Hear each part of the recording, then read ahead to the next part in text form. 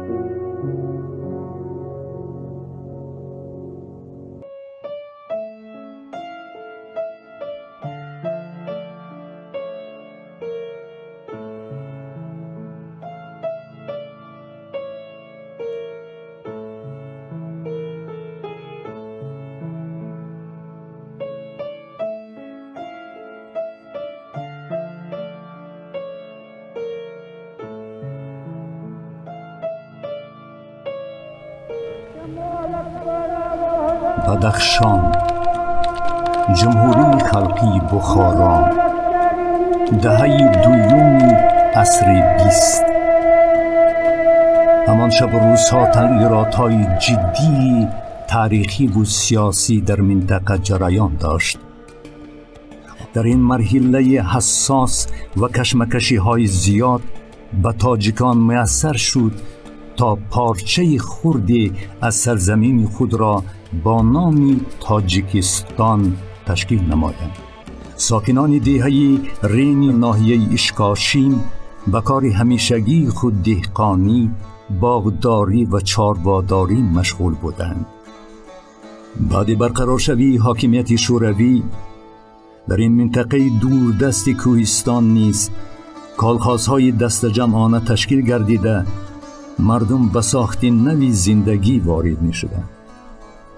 برای مردم محلی شب میلاد یا سال نو هنوز مفهوم بیگانه بود، اما در همین شب یعنی 31 دکبر سال 1923 که دهه اول فصل دی طبق سال شماری جاری شمرده می شد، در خانواده یوسف بیگ و دلشاد بیگین پسر تولد یافت. این پسر را با نیت نیک و آرمان‌های بزرگ رستم نام کردند، نام بابایش. این عنعنه میان تاجیکان کوهستان زیاد رایج است که نامها را عادتاً از شجره اولادی میگیرند. رستم بیگ از کودکی کنجکاو و نکته سنج و مهارت فوق‌العاده داشت که مورد توجه والدان قرار گرفت. اما خداوند خیلی زود او را از لطف و عنایت والدان محروم ساخت. اول پدر و سپس مادر را هم از دست داد. راهنماهای اولینش در جاده خط و سواد امیر بیگ قیابیکف و محمد جان دولت قداموف نام روشنفکران محلی بودند که اولین مؤسسان مکتب و معارف در این گوشه کوهستانی کشور شناخته می شوند. رستم بیگ پس از خط و سواد ابتدایی را گرفتن با کمک استادانش به مکتب اینترنت شهر خارو رهسپار می شود. سال 1940 نظام تحصیل در مکتب اینترنت شرطنامه‌ای شد. رستم بیگ از بس مبلغ نداشت، به تحصیلش ادامه دادن نتوانست. به زادگاهش برگشته چون نفری سوادناک به کار آموزگاری مشغول شد. خود همان سال در دایره یک برنامه دولتی برای تکمیل اختصاص او را به خاروق فرستانیدند تا از نازکی‌های کسب آموزگاری بیشتر واقف گردد و همین طور هم شد. پس از ختم او را رسما به حیث آموزگاری فن زبان و ادبیات و حربی در مکتب 7 ساله مرکزی ناحیه، حالا مکتب رقم 21، به کار گرفتند. سال 1941 جنگ بزرگ وطنی شروع شد و اوضاع دیگر باره سنگین تر شد. اکنون رستم بیگ برابر آموزگاری وظیفه تشویقاتچی یعنی کاتب مطبوعاتی ناحیه را نیز اجرا می‌کرد. 4 سال پر از مشقت با غلبه اتحاد شوروی انجام یافت. угрӯз рӯзномаи деворӣ котиби ҳизбӣ кодзаук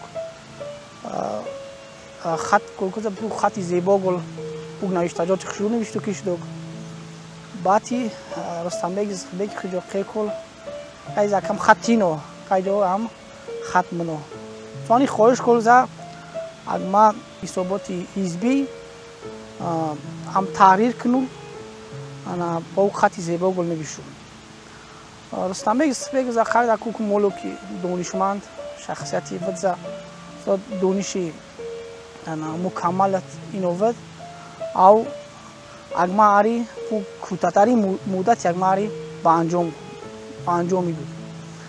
баъдан агмаи фаъолияти Рустамбег ноя ба назар надад ам котиби ҳизбии ноя вани соли 1945 ба ҳайси тарғибгари кумитаи ҳизбӣ арибо даъват курд. رستم بیگ اکنون جوانی برکمال، مستقل و صاحب نان و رزق و روزی گشت و او را می بایست عائله برپا کند. با میان جگری عمکش عادل بیگ که بجای پدر بود، اکنون آینه بیگین نام همسایه دختر را در اساس رسم و آیین‌های رایج محلی به رستم بیگ خواستگاری می‌کند. پدر دختر به یک شرط راضی می‌دهد که اگر رستم بیگ خانه علاهیده به خودش سازد و خانه به همت او از طریق حشر ساخته می‌شود.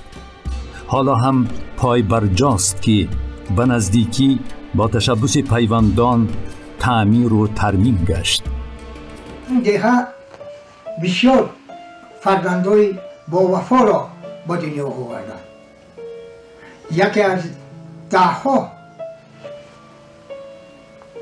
فرزندان مشهوری که نه تنها در حدود تاجیکستان بلکه بیرون از آن را دکتر پروفسور رستمبیگ یوسفبیگ شاه از این دهه برآمده هست.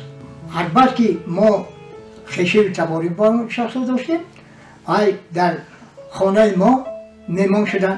درباره سالهای گذشته که نو مکتب‌ها تأسیس یافته بودند در ناحیه اشکاشون، از آن جمله خودش که در مکتب مرکز ناحیه آموزگار شده کار میکرد، از همون زمان گیریم خاطره‌های خیش را گفت و گیریم بعدتر همه را وادار کرد، همه با دستور داد که به کار معارف باید همه دست زنند.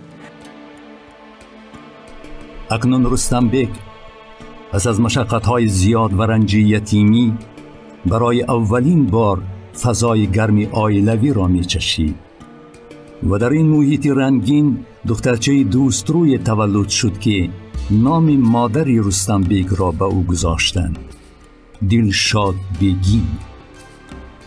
اما لحظه های شیرین در حیات او زیاد طولانی نبود و این دفعه هم زیاد دوام نکرد. با امر تقدیر همسرش آینه بیگیم دلشاد دوست روی را در 3 سالگی یتیم مانده، خانه گرم رستم بیگ را دیگر باره ثبت نمود. یکم زنی که وی داشته است ما هنوز تولد نشدیم، راستی گپ کی که وی او رفتن، بعد ما به نقل میکردن که اینم خیلی دخترشون دلشاد وی او میده بودن اومده است، خیلی دخترم برده است، ما خیلی در یاد نیستیم، ما تولد نشده استیم که وی گرفته است. تشکل اندیشه، حسی کنجکاوی و دانشجویی، صبر و طاقت و مناسبت صمیمانه رستم بیگ باعث آن شد که در بین همکاران صاحب احترام گردد. این بود که بعد گرفتن بلیت حزبی از دست کاتب حزبی ولایت قربانشاه گدا علیف، او را برای تحصیل به مکتب جمهوریوی حزبی کمیته مرکزی حزب کمونیست پیشنهاد نمودند. نخست دودیله میماند که اگر تحصیل رود پیوندانش بدون او چی خواهند کرد، ولی بعداً پس از واخوری تصادفی و توصیه های رئیس خواجگی دست جمعانه آن وقته اندراب یادگار محمد سهراب درک می نماید که برای آینده خوب آیلوی حتما باید تحصیل رود و این پیشنهاد را صمیمانه قبول نموده سال 1947 به شعبه روزانه مکتب حزبی جمهوریوی کمیته مرکزی حزب کمونیست تاجیکستان داخل می شود. همزمان همان سال به شعبه غایبانه فکلته تاریخ دانشکده آموزگاری به نام ترس گریگوریویچ شیوچنکا، حالا دانشگاه آموزگاری تاجیکستان به نام صدرالدین عینی نیز داخل شده تحصیل می نمایند.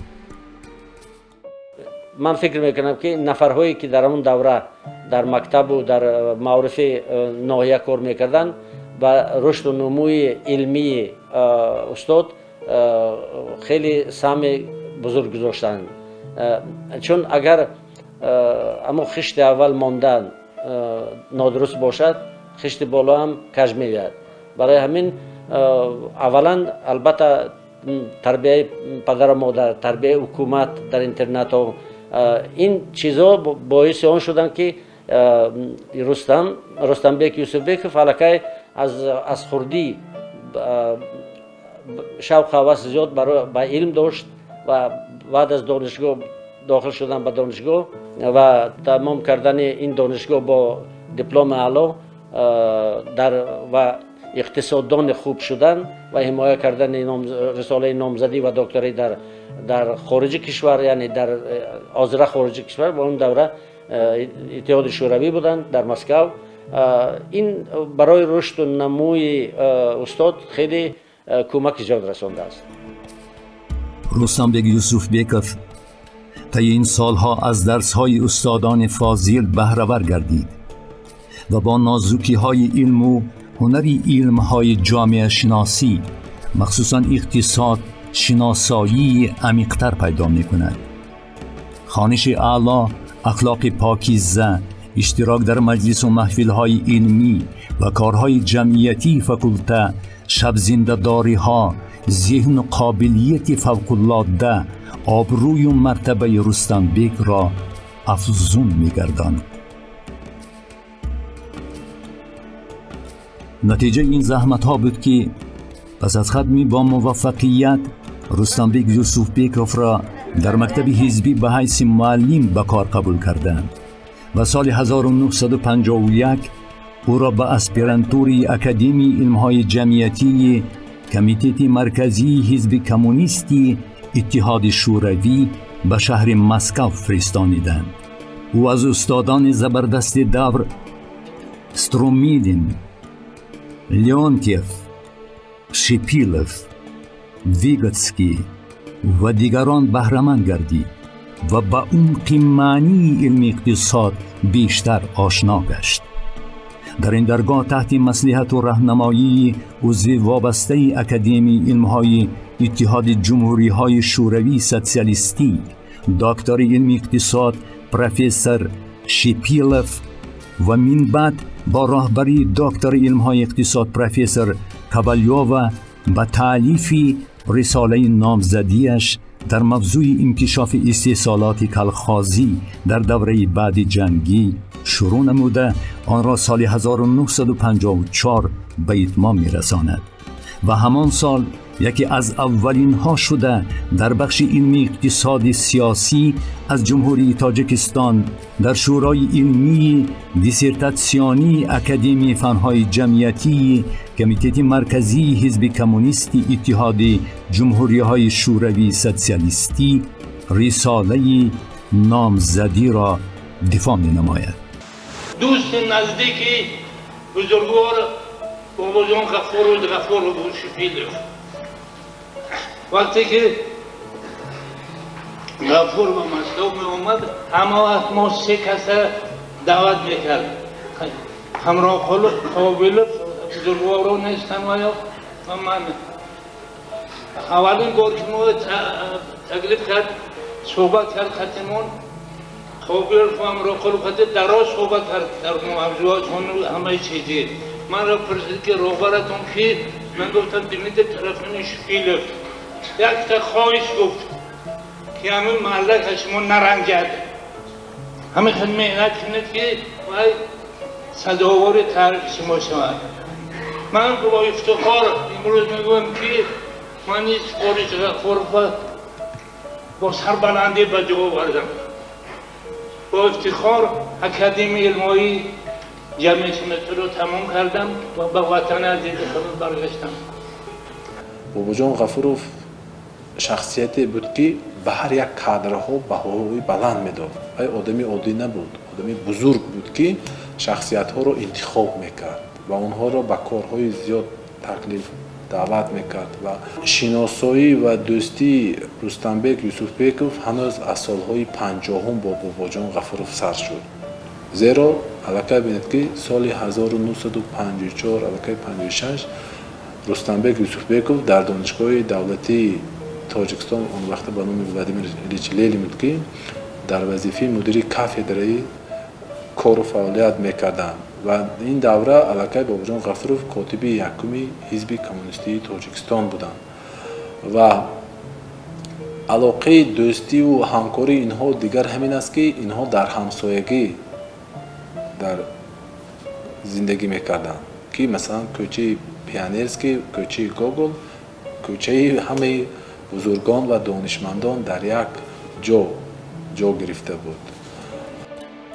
زمان تحصیلش در اسپیرانتورا با لیدا ایوانونا نام خانمی روس شناسایی پیدا می کند و بعدتر رشته حیاتش را با این خانم می پیوندد تا به دخترش دلشاد مادرین نماید و همین طور هم شد. از این ازدواج رستمبک صاحب پسری با نام یوسف می شود. از زن دویمش یوسف با همون نتاشا است که و هم خیلی همچون دخترخونی حساب میکند و فامیلیا این خودش است در کتابش کشمی است که یوسف بیک و ناتالیا رستمبکوف نه و هم خیلی با نبیرش هستن که سلاوا و یا را کلون کرده و همچون پدر می شود. رستمبک یوسفبکوف دستپرور 3 خادم نمایان دولتی و جمعیتی است. یکم عبادالله نرزیقلوف استاد ایشان که در سمت علم اقتصادیات بیشتر رابطه علمی و همکاری داشتند. دوم دستپرور نظرشاه دادخدایوف بسیار اینها رابطه و سوم تورسون الجبایوف که در زمان شما تصور کنید که یک فرزند کوهستانی که به شهر آمده نوکک در شهر دوشنبه به دانشگاه به حیث یک آموزگار کار میکرد و علاقه یک مقام خود را در دانشگاه پیدا نموده بود، توجه راهبران وقت را علاقه جلب نموده بود. خصوصا تورسون الجبایوف از سال 1959 رستمبک یوسفبکوف را به کارهای دولتی علاقه جلب کردند که این علاقه نشان میدهد که قابلیت کاردانی تشکیلاتچی ایشان علاقه در توجه راهبران وقت را علاقه جلب نمود. ما ولایت کلوب اینو بدخشان خواه آمدن اینجا خوندن، اونویسیده درس میدادن، همون دورو در برده او. وقتی که من از مسکو تمام که مکتب عالی پرتوی آمدم به دوشنبه، از اونجا طوری مرا به دوشنبه قبول کردن. بعد همه یک سال با مدیر شعبه بودم کمیته مرکزی دکی، در همون دوام کار مونده اکتیفای آشنا شدیم. بعد چی شد که گپامون میپخت و مصلحت میکردیم. بعد دوستی نزدیک شدیم. اصلش اول بگم رستم بیگ که همون کادرهای به معنی و فراست فیلسوفی خادم دولتی خیلی چند تا مکافات‌های حکومتی دارد. بعد حرمت عزتش میکردن. ما امروز برادر خود رفیق خود را یادآوری کردم که ما با اونا خیلی نزدیکی بودیم. رستم بیگ در کمیته مرکزی کار کرد، کاری نقص کرد، کاری خوب بود، حرمتش میکردن، عزتش میکردن. بعد به آدم نزدیک بود، گفش یافته میگفت. دانش وسیع، صنعت بلند آموزگاری و تجربه بای سال 1956 رستم بیگ یوسف بیکوف را از مکتب جمهوریوی حزبی کمیته مرکزی حزب کمونیستی تاجیکستان که پس از ختم اسپرانتو آنجا کار میکرد به وظیفه مهنت طلب و مسئول، یعنی مدیر کافدره اقتصاد سیاسی دانشگاه دولتی تاجیکستان به نام ولادیمیر ایلیچ لنین، حالا دانشگاه ملی تاجیکستان آورد و در یک وقت وظیفه کاتب تشکیلات حزبی دانشگاه را نیز اجرا میکرد.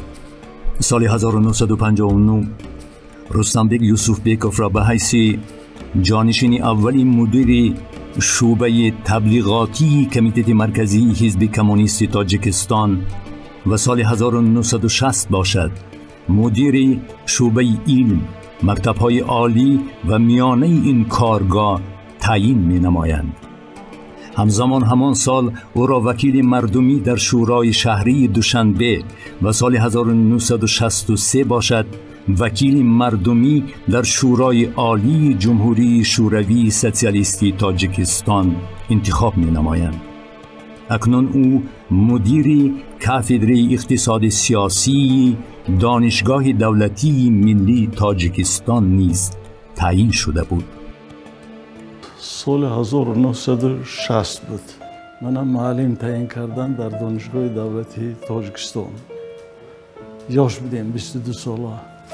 یک روز در نزد بینای فاکولتت اقتصادی 3-4 کس ایستادگی بودیم که 1-2 نفر اهم بنا برآمدند.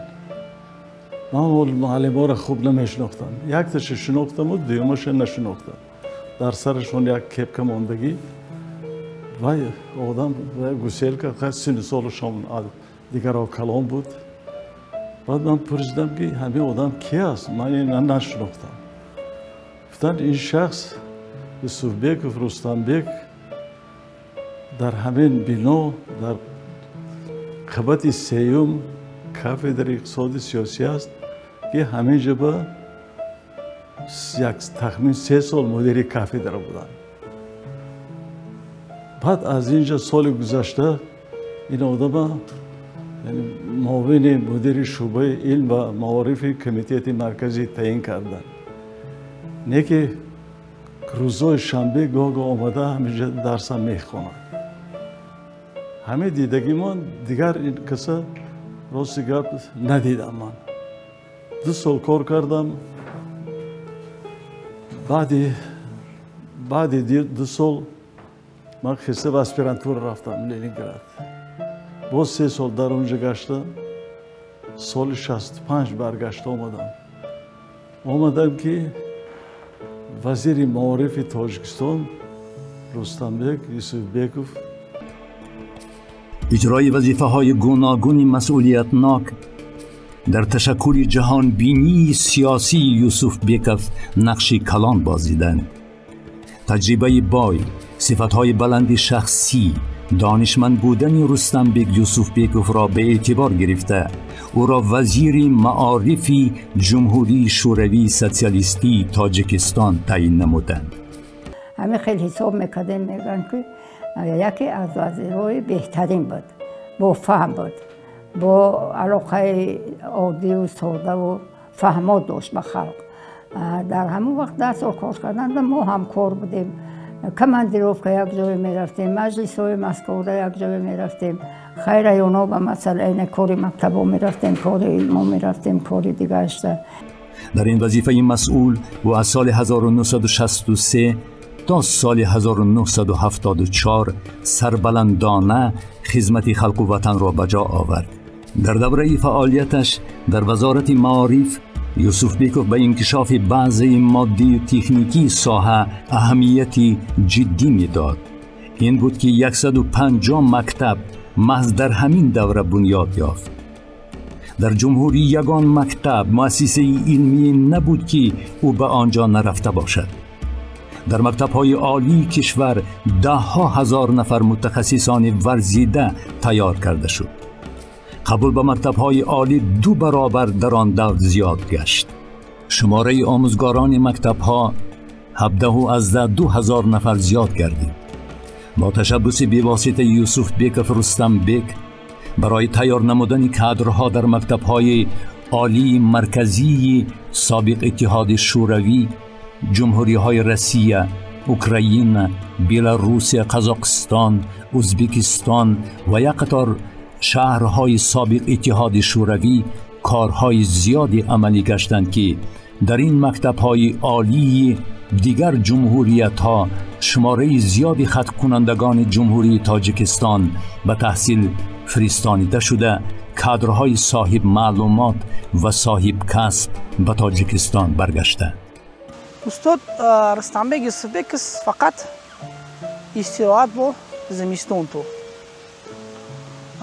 اصلا استراحت سوپ زمستون تو осоишгоҳои ё рӯси гулғажон санаторияи Москва савдоим ту угрус давраи бозии бильярд молу гули солхорда гули молу ки мӯйсафед гус бильярд бози кулза анаук мӯйсафед бози сигол кулза ногон агва молу ки бози бильярд мағруб кун агвахи ай молу суан фрут за застыц кынжо қайди за азм вазири маорифи ҷумҳурии тоҷикистон баъдан итфан қайда тит ук вазифаи вазмин тинов вазифаи меҳнатталабат камбағал тиновдо титан ба уда тезодо баъдан қайди за асп зиним за ти тез на Москва боиси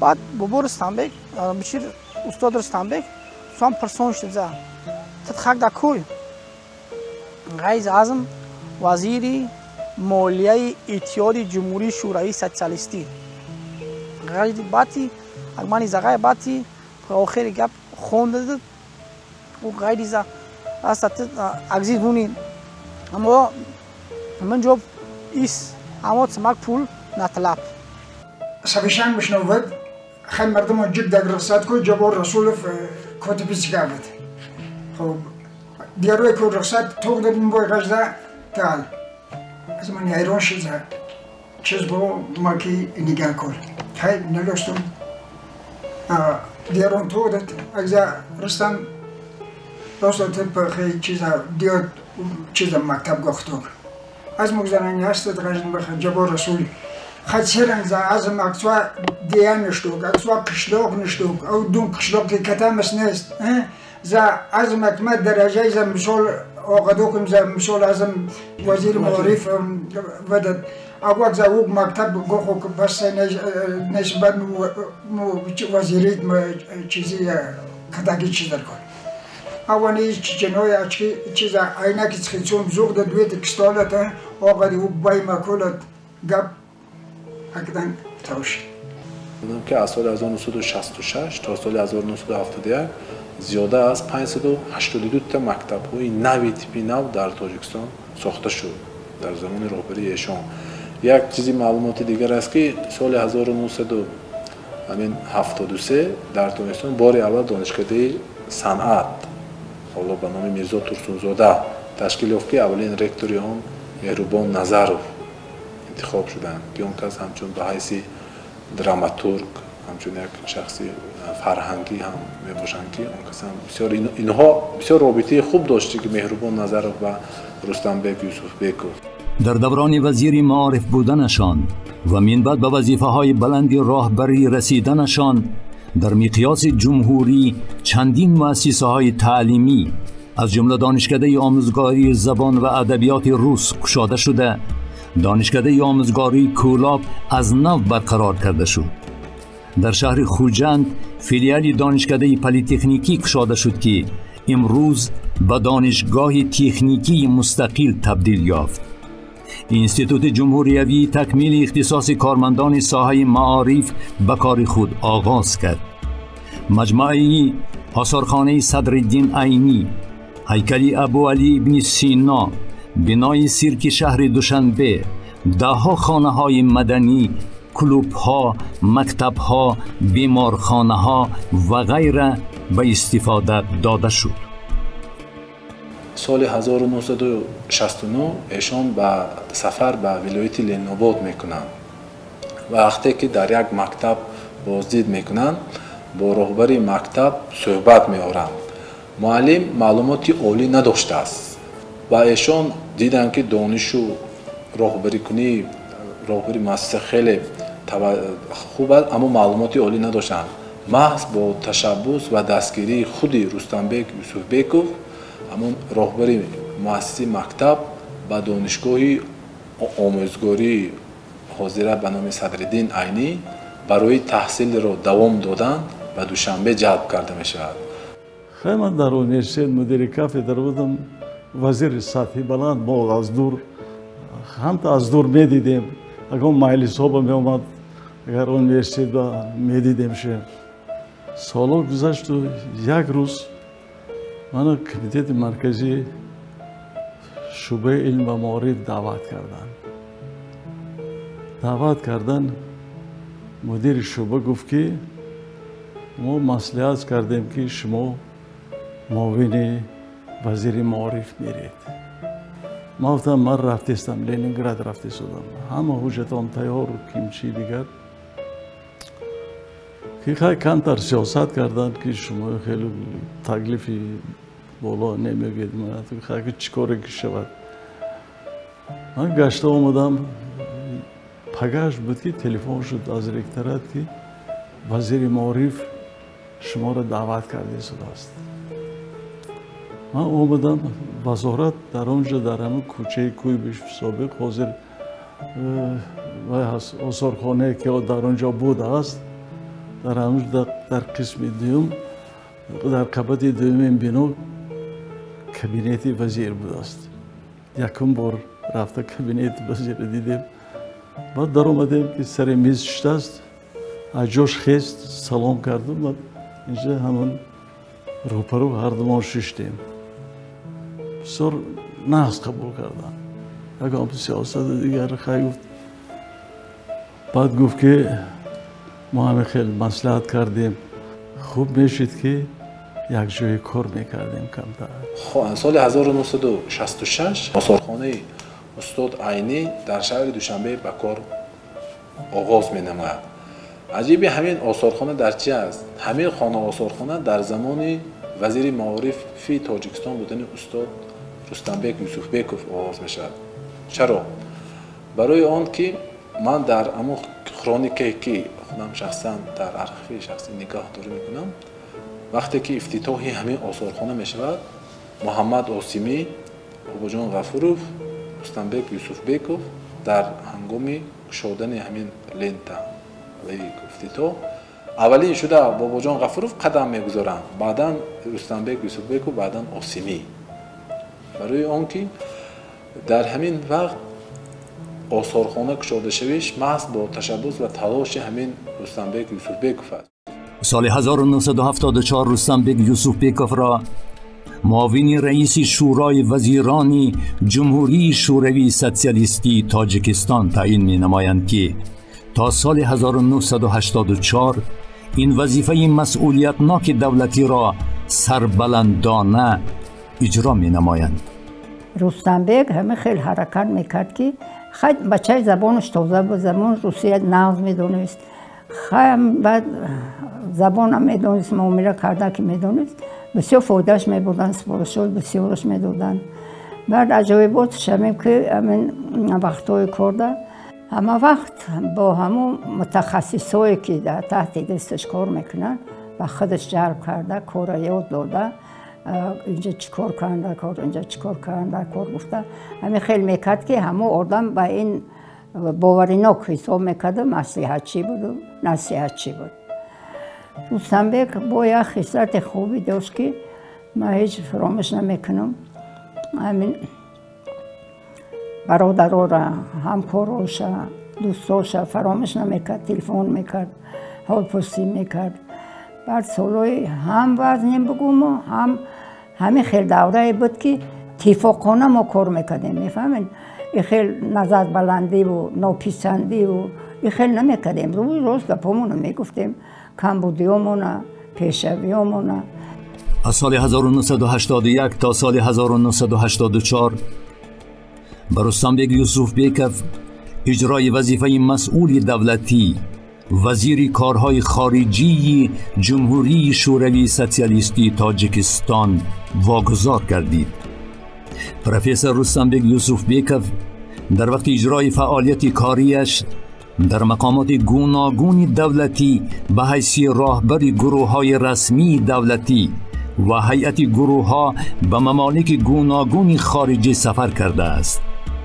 و همچون راهبر گروه‌های رسمی دولتی به جمهوری اسلامی ایران، جمهوری خلقی چین، سوریه، بریتانی کبیر و افغانستان سفر نموده در این سفرها بهر همکاری‌های همه‌جانبه سهمی زیاد گذاشتند. کنفرانس‌های هم عمومی جهانی هم در میکروس شوروی میگذشت، اون کس معروضه‌چی میشدند و از کتاب نمی برداشتند، اون کس از حیات میدونستند که کدام مسئله ها رو باید برگزاری کنند و به فایده تاجیکستان باشد. گذراندن بسیار روزهای فرهنگ و ادبیاتی که با دیگر جمهوری ها میگذراندیم، یکی از همین طور روزها در ازبکستان گذرانده میشد. سال 1981 همراه ما بسیار یک گروه کلان نویسنده و شاعرای و هنرمندان، رسامان رفتگی بودند و البته در بسیار ولایت‌های ازبکستان ما واخوری ها میگذراندیم و رستم یوسفبیک می توانستند که با این نماینده های اینتلیجنس تاجیک هم صحبت باشند و البته برای اون که آنها همشون اون کس را عزت میکردند، حرمت میکردند، از نقطه نظری که این کس هیچ وقت وظیفه خودشون را بلند نمیگرفتند. اینا همین زمینی بودند، اینا همین یک شخص بودند که یگان مراتب من ندیدم که اون کس عصبی شده باشند. همه مسئله ها رو با یک آرامی، بعد بسیار وقت من میدیدم که اون کس با تبسم هر یک گویم که همصحبتشون رو قبول میکردن. استاد در وزارت کارهای خارجی کار میکردن و ما رو با یک گروهی و سند با روبری ملکه صابیرова باید با یک گسترول جهانی می رفتیم، باید با 5 دولت 6 دولت می رفتیم. وقتی که این گروه را تشکیل کردند برای اونو لازم شد که یک ترجمان باید امرشون رود. اما وقت رستنبک یوسفبیک من با تلفن کرد، گفت که من میدونم که زبان انگلیسی خوب میدونی، میخوام شما را به همین گروه همراه کنم، شما راضی هستید؟ من گفتم بله راضی هستم، البته هر چیزی که شما گویید. بعد همین گروه قطعی من با 3 ماه با گسترول دولت‌های سنگاپور و تایلند و هندوستان و رفته بودیم. رستنبک یوسفبیک یکی از اولین پایه‌گذاران علمی اقتصادی وطنمان میباشد. علمی اقتصاد شناسی و معارف تاجیکستان را بدون نام او تصور کردن غیر امکان است. در سالهای طولانی مسئله‌های مهم اقتصادی را مورد تحقیق و تحلیل قرار داده اثرهای زیادی علمی ایجاد نموده است.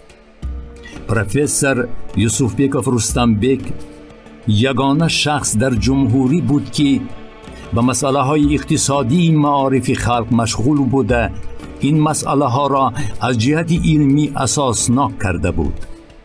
سال 1971 یوسفبیکوف رستمبک در مجلس شورای عالمان فاکولته اقتصادی اونیورسیته شهر لینینگراد حالا سنت پتربورگ در موضوع پروبلم‌های اقتصادی تکمیل معارف خلق رساله دکتری را با موفقیت حمایت نمود و به عنوان بلند دکتر علم‌های اقتصادی مشرف گردید. دوران مدیریتش در کاتدر اقتصادی دانشگاه دولتی فن اقتصاد سیاسی را نوابسته از کمبود اصلاحات اقتصادی با زبان تاجیکی درس می‌دادند. رستمبک یوسفبیکویچ، دوستان عزیز، من معلمم رو در دوره تحصیل دانشجویی سیم سال 55-56 دریافتم. اولین استادی که به زبان تاجیکی لکسیه خواندن سر کردن رستمبک یوسفبیک شد.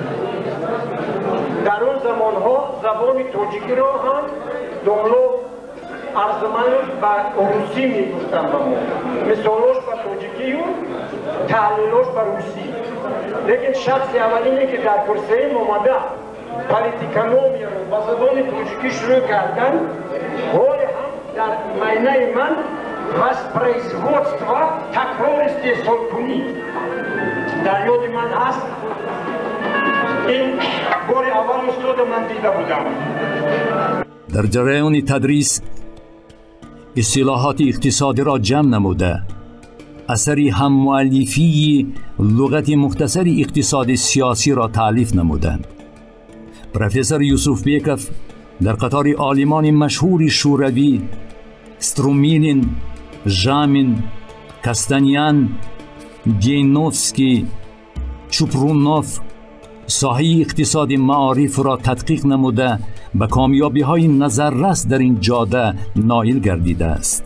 بی مبالغه میتوان گفت که یوسفبیکوف با منطق علمی تحلیلی خود به کنسپسی سرمایه انسانی همردیف با شولتز و بکر که با تهیه و تدوین این مسئله سالهای 1979 و سال 1992 برنده جایزه نوبل گردیده بودند رسیده بود. رشد و نموی علم و معارف و فرهنگ همین شروع نیمه دوم عصر 20 خیلی بزرگ است. یکی از البته در وظیفه خیلی بلند کار کردن.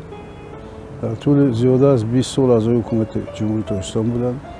در علم یوسفبیکوف اساساً مسائل اقتصادی معارف قد سر کار داشت. یوسفبیکوف اولین شخص است که در تاجیکستان باید با همین موضوع رساله دکتری مایه کرد و یک مونوگراف خیلی خوبی نوشت با نام اکونومیکا بروزاوادیا на примере Таджикистана. Монограф 400 صفحه بود. دید خواندگی بهترین تحلیل اقتصادی ساحه معارف همون دوره بود. مهمش همین که فکر میکنم اون مهنت‌هایی که یوسفبیکوف در اون دوره کردند در دوره استقلالیت هم در این 30 سال آخرم بایش هست. سهمش هست چون که زیادی از اونایی که در دانشگاه کار میکنند، در وزارت معارف کار میکنند، در دیگر وزارت دیگر کار میکنند، شاگردان یا که شاگردان یوسفبیکوف است. من همین کتابی که من دنبال کردم، همین کتاب دیگر من گفته میتونم که آدمای زیادی دکتر شدن دیگر کار کردن، لیکن همون کتاب ادامه کتاب یوسفبیکوف تا حالا نداشتم. چون که بسیار کتاب وای بود، این زمینه‌های علمیش خیلی سطح بلند بودن. کارهایی که رستمبک یوسفبکوف انجام دادن، مثلا در ترقیات مملکت ما در سمت اقتصادیات و صنعت خیلی زیاد است. ما میتونیم رستمبک یوسفبکوف رو یکی از پایه‌گذاران مکتب و معارف و در ترقیات جمهوری تاجیکستان که سهم خیلی باسزا گذاشتن، اون کس را یکی از بنیادگذاران کشور در سالهای 50 تا سالهای 80 نام بردن ممکن است. و یک چیز دیگر، انا بینیده اون وقتا ما پورا وابسته بودیم از مسکو.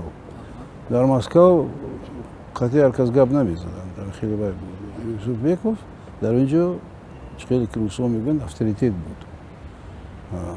وقتی که یوسفبکوف با وزارت معارف یا وزارت معلومات اولی و میانه مخصوص SSR بود، آدمای کلان وزیر بودند، اکادمیکو وزیر بودند. وقتی که می رفتن یکم مسئله قطعی، یکم خیلی مانعی برای حرکتش در همین کابینت ها و این چی نبود. همه میشناختن، دوستش می داشتن، اینجا می آمدن. و یک نمونه بود بین وزیرای برای مثال معارف همین چیز آسیای میانه، این شخص خیلی نمایندگار خیلی بود، خیلی خوب قدرش میکردن چون که دانش داشت. برای ریسپوبلیکای دیگر هم برای فکر میکنم برای قرقیزستان و ازبکستان هم کار کردگی بود یوسفبکوف. یوسفبکوف رستمبک بعدی در سال 1984 به نفقه برآمدنش هم فعالیت علمی، پداگوژی و جمعیتی سیاسی را دوام داد. یوسفبکوف رستمبک در دانشگاه دولتی تاجیکستان به نام ولادیمیر ایلیچ لنین، حالا دانشگاه ملی تاجیکستان، به حیث پروفسور کافدره اقتصاد سیاسی تا آخر حیاتش فعالیت نمود. در این مدت طولانی یوسفبکوف رستمبک در این دانشگاه به تربیه کادرهای جوان، به تعلیم و تربیه دانشجویان و دانش آموزان مشغول شده، با راهبری و دستگیری و راهنمایی او زیاد از 30 نفر رساله‌های دکتری و نامزدی علم را حمایت نموده به کمال رسیدند. یوسفبکوف رستمبک نسبت همکارانش، شاگردانش و دانش آموزان مهربان و با احترام و در نوبت خود سختگیر و سرطلب بود. تمام عمرشون با دانشگاه دولتی تاجیکستان آموخته، با دانشگاه ملی تاجیکستان وابسته بود. دویم درس میخوند در فاکولتی‌های گوناگون، درس میخوند، درسش می آمدن، بسیار قدر میکردن درس یوسفبکوف دانشجوها، چون خوب درس میداد. این آدما راهکشای معارف بودن. یکی از همون شخصایی که بسیار برای من تیار کردن کادر خدمت‌های بسیار کردن. خیلی گفتم نه بلکه راهبر بودن، از پایان سر که از معلمی هزار صدها کس به درس دادن، تربیه کردن. بعد هر خیلی راهبر میشد. من هم خودم همین قدر چندین موقعی فقط یک مهربانه گپ میزدم. همه که نپرسید در حق رستم یوسفبکوف یکم سخنی بد نمیگوید، سخنهای نیک گپ میزدن که همه خیلی یکی از بهترین راهبرای وزارت معارف ریسپوبلیکا رستم یوسفبکوف بود. این بیهوده نیست که از 10 سال زیاد در یک جا ششته وزیری کردن، از اونجا با پستین با بلند رفتن، معاون رئیس سویتی وزیران.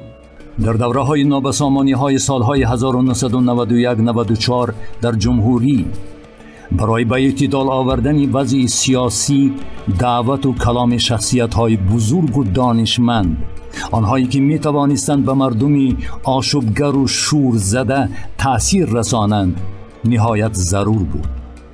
پروفسور یوسفبکوف رستمبک مرکز جمهوریمان شهر دوشنبه را ترک نکرده به فعالیت آموزگاری مشغول بود. به حیث یکی از چهره‌های برومند دوربین، وطن دوست و آتشین سخن در جمهوری عمل می‌کرد. یوسفبیکوف رستمبک بین جوانان، دانشجویان و آموزگاران و دیگر طبقه های اهالی برآمد نموده آنها را به تینجی و آرامی، صلح و صلاح، صبر و تحمل دعوت می نمود. می خواستند که تاجیکستان یک پرچگیش را دست بوی نتید و در همه معرکه‌هایی که برای آوردن صلح اشتراک میکردند، البته در بین جوانان بسیار برآمد میکردند، با نماینده های علم و فرهنگ واخوری ها میگذراندند و بایگری تاجیکستان البته در آن است که ما در حیات تاجیکستان همین طور شخص های بزرگ را داشتیم. آن وقت اهل علم و فرهنگ و زبانشناسان تاجیک اقدام گرفته بودند که با زبان مادریمان، زبان تاجیکی فارسی، مقام عالی آن مقام دعوتی داده شود. پدرم اعضای کمیته بیرق بودند و با همگان درباره رمزهای بیرقمان، چرا 7 ستاره و رنگهای سرخ و سفید و سبز رو نخ گفته میدادند، معنی داد میکردند. از بالای قاموس زبان خیلی زیاد کار میکردند و آن را با امک رستمبک نیز محاکمه میکردند. امک رستمبک همیشه پدرم را دستگیری مینمودند. آن سالهای متشنج پدرم و امک رستمبک هر روز در دوشنبه شهر پیاده میگشتند تا که با مردم باشند، آن مردم را دل برداری نمایند. و آن سالهای به جنگ برادرکشی ما پدر بزرگوارمان را از دست دادیم. آن تلفات جان و دلمان را کند. اما که رستمبک هر روز به خانه ما آمده، هر کی ما را به آغوش گرفته همراه ما اشک میریختند.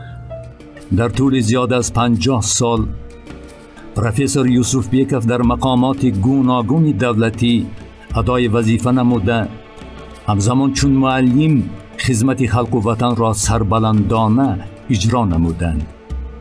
به قلم او بیش از 300 مونوگرافی و کتاب، دستور و کتاب ها و مقاله های علمی و عاموی متعلقند که آنها تا امروز اهمیت خود را گم نکردند.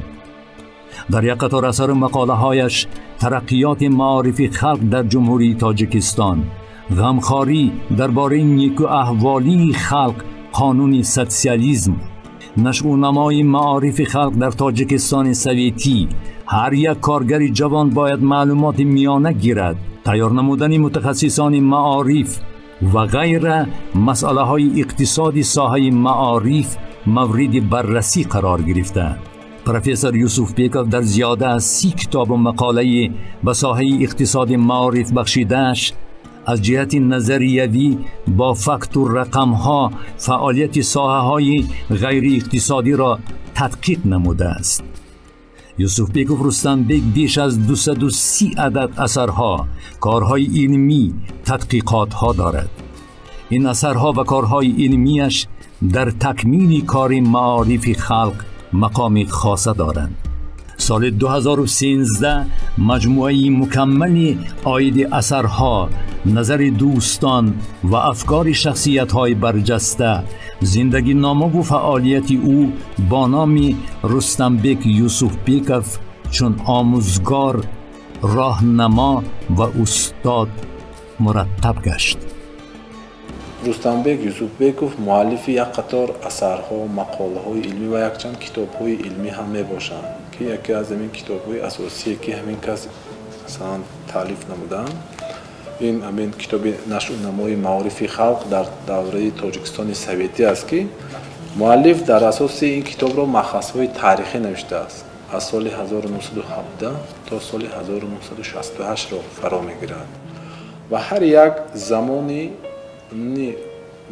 دوره راهبران وزیران و دوره راهبران ویا معین کردگی معلومات ها که دقیق مثلا این کتاب بسیار هم کتاب خوب است دایر به مسئله آموختن تاریخ معارف تاجیکستان که مثلا رستمبک یوسفبیکوف در این کتاب دستاوردهای عالمان، دستاوردهایی که در ساحه علم و дар соҳаи маориф ҳаст, ҳар як донишкада донишгоҳҳо ва мактабҳои миёнаву ҳатто омӯзишгоҳҳоя хеле хуб маълумот дода шудааст ва пеш аз ҳама ҳар як кори омӯзгора ба ҳайси маълумотҳои дақиқ нишон дода шудааст. масалан дигар як китоби дигаршон аст ки муаллим фигури асосии мактаб мебошад. бинед ки як сухани оддӣ нест аст, сухани асосӣ аст ки пешрафти ҳаёти маорифро эшон аз муаллим донистанд. муаллим чӣ қадар донишманд бошад, як сухани Рустамбек Юсуфбеков дар як мақолашон гуфтанд ки ҳар қадар фарзандони миллат китобхон бошанд, ҳамон қадар миллат нерӯманд мешавад.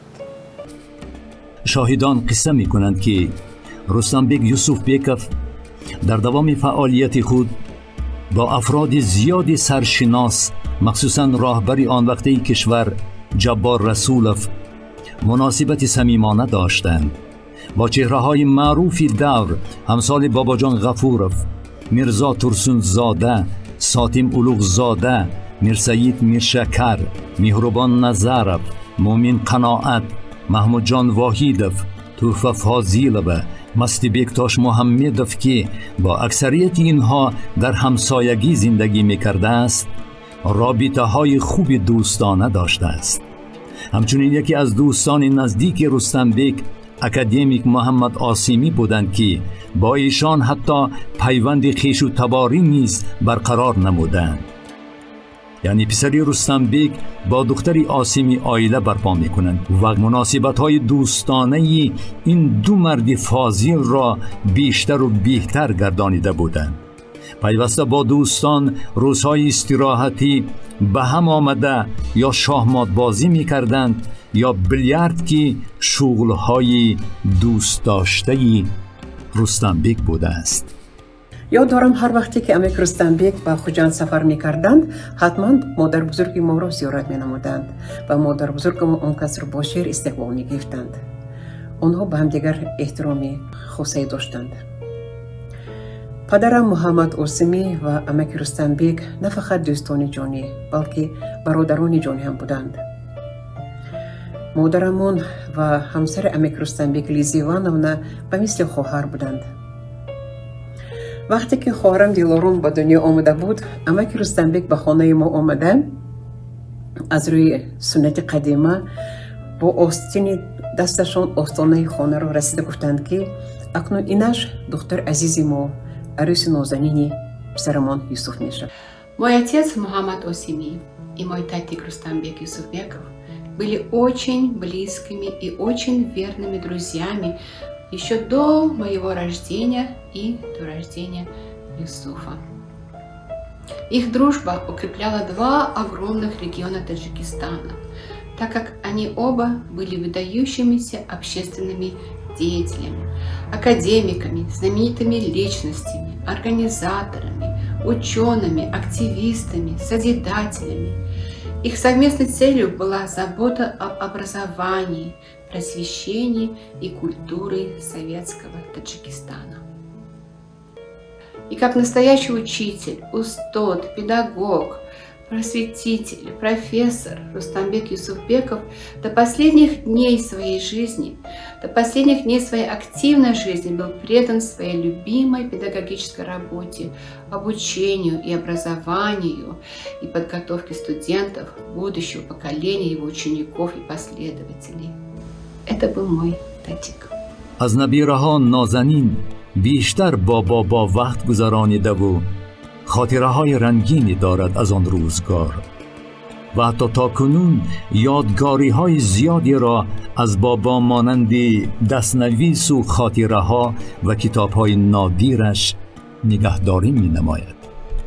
Многие люди его знают с профессиональной стороны, и я вот хочу немножко поделиться более персональной стороны, потому что дедушка был очень семейным человеком.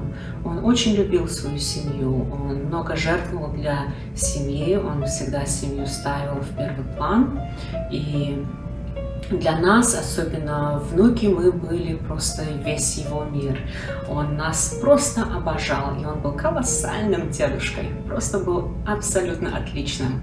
Он, конечно же, иногда мог быть очень строгим, потому что он любил структуру и дисциплину, но также, с другой стороны, он очень любил с нами играть, и он нам позволял шуметь, позволял его вещи трогать, или там его документы в его кабинете сидеть, его очки одевать, или по его телефону разговаривать, или играть с его телефоном, и смотреть вот его, или изучать вот его письменную работу. Он нам давал очень хороший доступ к знаниям, не только вот в школе, но также дома, в его кабинете. Он часто делал со мной уроки, занимался особенно очень усердно над таджикским языком, и также он очень любил язык фарси, на котором он очень хорошо и разговаривал, писал, читал, и также мне очень помогал, чтобы я могла понять язык фарси. У меня даже остались до сих пор некоторые вот его блокноты, где он или разные там поэзии мог написать, или его вот просто такой вот небольшой черновик получается. С малых лет он меня провожал в садик и забирал с садика много раз. Потом он меня также провожал в первый класс и опять-таки же забирал меня с школы, усердно занимался со мной, с моими занятиями. И вот благодаря ему я смогла достичь докторской степени образования. Это все благодаря ему. Одна из моих самых любимых воспоминаний о дедушке, это когда мне было 7 лет, и он меня впервые в жизни повез на Памир, на свою родину. И один факт, что я единственная внучка в семье, которую он взял, и поэтому для меня это привилегия. Я помню, прям вот как будто было вчера, как мы летели на Памир через большие скалы, и в этот момент прям было очень страшно для меня, опять 7-летний ребенок. И я помню, как дедушка взял мою руку и сказал: не бойся, смотри, какие красивые скалы. И он смог мне помочь преодолеть этот страх, смотря на природу и смотря вот на разные вот факты жизни. Моя поездка на Памир была просто колоссальной. До сих пор помню, и такие отличные впечатления остались о Памире. Очень обожаю Памир так же, как дедушка любил Памир. И культура, и язык, и еда, и как вот человеческое мышление, как люди относятся друг к другу. Дедушка также меня научил, как танцевать на памирском, по-памирски. بهروز پسر یگانه یوسف و نبیره رستمبک از زمان کودکی در آغوش دو مرد بزرگ رستمبک و آسیمی به وایه رسیده که امروز از وقت گذرانی با آنها قصه می کند. Мой дедушка оказывал и до сих пор оказывает большое влияние на мою жизнь. Я был молод, когда нам пришлось уехать из Таджикистана, но каждый раз, когда я приезжал, я проводил с ним много времени. Одно из моих любимых воспоминаний о дедушке – это как он и мой дедушка Осими каждые выходные играли в шахматы. Я часто наблюдал за них игрой и замечал, насколько они сосредоточены. Оба моих деда были людьми большой воли, дисциплины и решительности. Это то, что провело меня через мою личную и академическую жизнь. Мой дедушка был лидером, учителем и другом. Он часто говорил мне всегда гордиться тем, откуда я родом, и никогда не забывать свои корни. Мой дедушка Рустамбек был человеком, который прививал всем нам сосредоточенность и решительность. Когда мы уехали в Америку, всем нам было тяжело, конечно. Но он понимал, что нужно искать лучшей жизни для себя и своих будущих семей. Без жертв моих дедов, бабушек и родителей у нас не было бы той жизни, которую мы имеем сегодня. Мы должны продолжить это наследие того, откуда мы пришли, кто мы есть, и передать его нашему будущему поколению. Ярослава Чернишова, набери бузургтари Рустамбек, از دختری همسر دویمش که اون نیز روی دستان بابا بابای رسیده و بزرگ گشته است خاطره های خود را برای فیلمی رستمبک یوسف Беков تدوین نموده است. Я родилась и выросла в Москве, но каждое лето вплоть до 18 лет я проводила в Душанбе, в доме моих бабушки и дедушки. Дедушку я звала Папуля, а бабушку – Матя. Дом мати и папули был нашим семейным родовым гнездом, где было всегда тепло, уютно, весело и по-детски беззаботно. Я помню, как я любила встречать папулю с работы. Он казался таким важным и большим человеком, всегда со своим водителем. А дома он превращался в доброго и любимого дедушку, которому я собирала мяту к ужину в нашем саду. Папуля научил меня очень многому, что потом не раз помогало мне в самостоятельной жизни. Быть справедливым, порядочным, целеустремленным. Мне всегда хотелось быть как он, важным и уважаемым человеком в своей сфере. И я этого достигла, став адвокатом и проректором в Московском университете. Папуля был очень справедлив ко всем нам, своим детям и внукам, никогда никого не ставя на первое место и не выделяя. Он никогда не повышал голос, не ругал нас. Какой-то внутренний стержень и спокойствие всегда были в нем. Как большой и надежный друг он защищал всю семью, обо всех заботился и старался всем помочь. Он мог быть строг, но всегда справедлив. А его поистине энциклопедические знания восхищали меня до глубины души. Он любил слушать шум горной речки в Земчуроде, а я любила сидеть с ним в этот момент на тахте. А на мой день рождения он всегда целовал меня в голову, и это ощущение я помню до сих пор. Мой дедушка, мой родной папуля, навсегда для меня есть и будет примером стойкости, целеустремленности, веры в себя.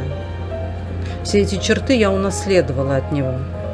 И все эти черты помогли мне стать тем, кем я сейчас являюсь.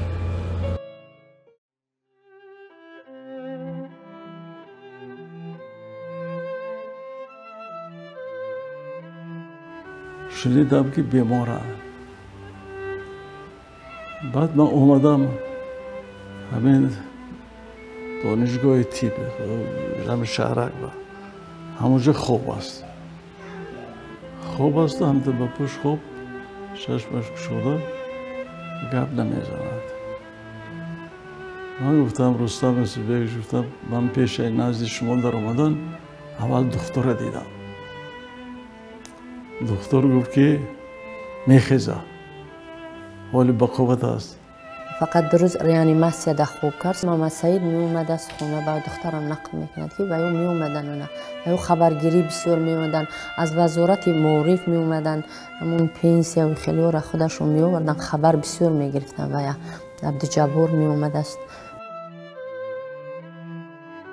قلب مهرباری عالم استاد مردی نکن نام یوسف بیکوف رستمبک سنه 5 مردی سال 2007 در سن 84 سالگی از تپش باز ماند و طبق وصیت خودش او را به زادگاهش دهه رین ناحیه اشکاشیم انتقال دادند که در این مراسم سهم یکی از شاگردان رستم بیگ یوسف بیکوف، محمد سید عبیداللهیف، شهردار آن وقت خیلی کلان است. یعنی با دستور او امکانیت فراهم کردند تا جسم بیجان رستم بیگ یوسف بیکوف را به زادگاهش انتقال دهند. محمد سید خودم در مجلس ملی رفتم، خیلی کار منقلتی رفتم نقل من بکر در بوره یوسف بیکوف گفتیم خیلی موقعی کردیم و خیلی اول گفتم که چی هستیم سمالوت نیو ورتالیوت من انی گفتم نه سمالوت دادن در کار بودم بسیار کار کرد سمالوت داد مویا رسوم سمالوت. با همه این شکوه و شهامت علمی و انسانی، پروفسور رستم بیگ یوسف بیکوف زمانی در قید حیات بودنش هیچگاه در پی گرد آوردن مال و بایگری دنیوی نبود. او در پایتخت مملکت، در خانه کمونالی و در زادگاهش بغیر خانه‌ای که در بالا قید کرده شده بود، یعنی برای عائله دار شویش ساخته بودند، دیگر چیزی را از خود باقی نگذاشت. فرزندان او نتالیا، دلشاده و یوسف هم از پی پدر بزرگوارشان در پی ره علم رفتند که همه قریب خادمان نمایان این محسوب می‌یابند. یوسف پسر یگانه پدر نخست در امریکا به سر می‌برد، سپس به وطن برگشته به کار تدریس مشغول می‌شود و سال 2020 در دوشنبه از عالم چشم می‌پوشد.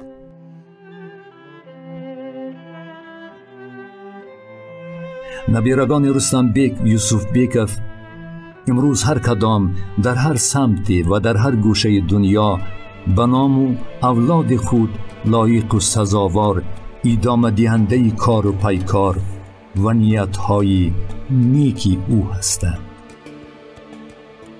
کار و پیکار علمی، خصلت‌های نیکی انسانی، وطندوستی پروفسور رستم بیگ یوسف بیکوف باید نمونه عبرت برای هر یک تاجیک و تاجیکستانی باشد تا نسل فردا با غرور و افتخار از این ابر شخصیت ها به نیکی یادآوری نمایند و بگویند که ببینید نیاکان ما بهر خود نه بلکه برای آبادی وطن و آیندگان خود خدمت‌های ارزنده‌ای را انجام دادند.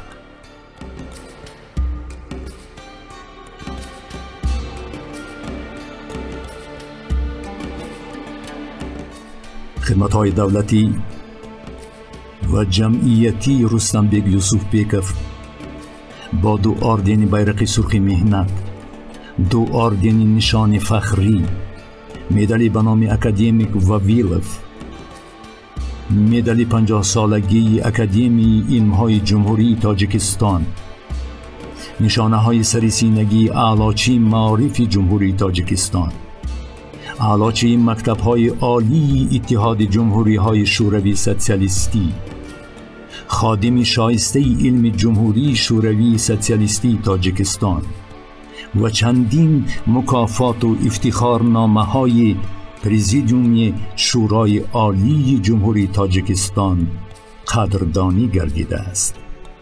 متاسفانه از لحظه‌های حیات و زندگی این شخصیت ما نوارهای نادر کم داریم، ولی سال 2003 80 سالگی رستم بیگ یوسف بیکوف با یک شکوه و شهامت خاص از جانب دوستان و همپیشگان و پیوندانش برگزار گردید که نوار پره آن خوشبختانه در خزینه عائلوی نگهداری شده است.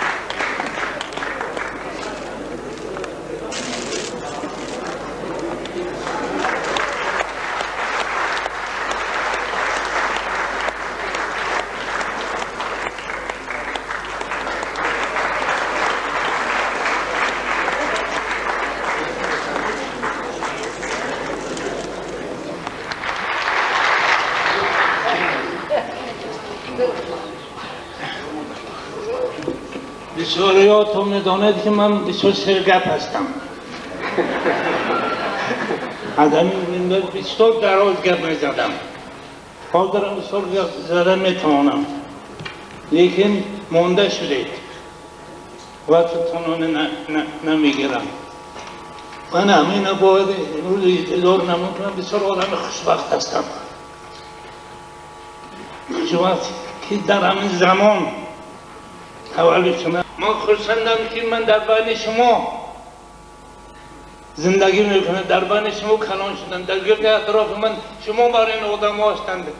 انا این زن بینی بود بسیاری اونجا نیستن، میدانید چقدر کس بول و پر میگیرد. من بسیار گپ زدن نمیتوانم، نمیتونم بسیار گپ زدن. همش در دلم، از همه می دل به شما مینداری اظهار میکنم، از همه می دل به حکومت تاجیکستان و پرزیدنت مجلس نمایندگان تاجیکستان و پرزیدنت مجلس ملی و میر شهر و جمهوری ریسپوبلیک و حکومت ریسپوبلیک صمیمانه تعظیم می‌فرارم و تا که هستم چیزی که از دستم بیاید امونه خدمت میکنم.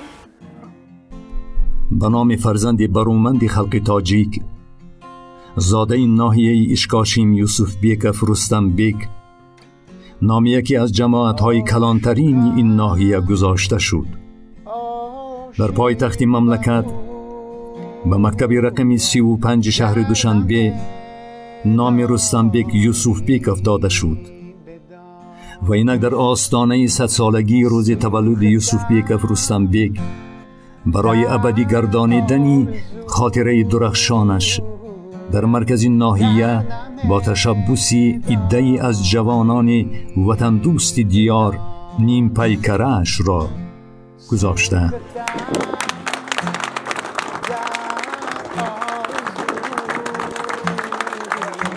قیمتترین ثروت وطنمون این فرزندان با آر و ناموس ملت تاجیک، خرم باقی، امیر بیک کیوبیکوف، رستم بیک یوسف بیکوف.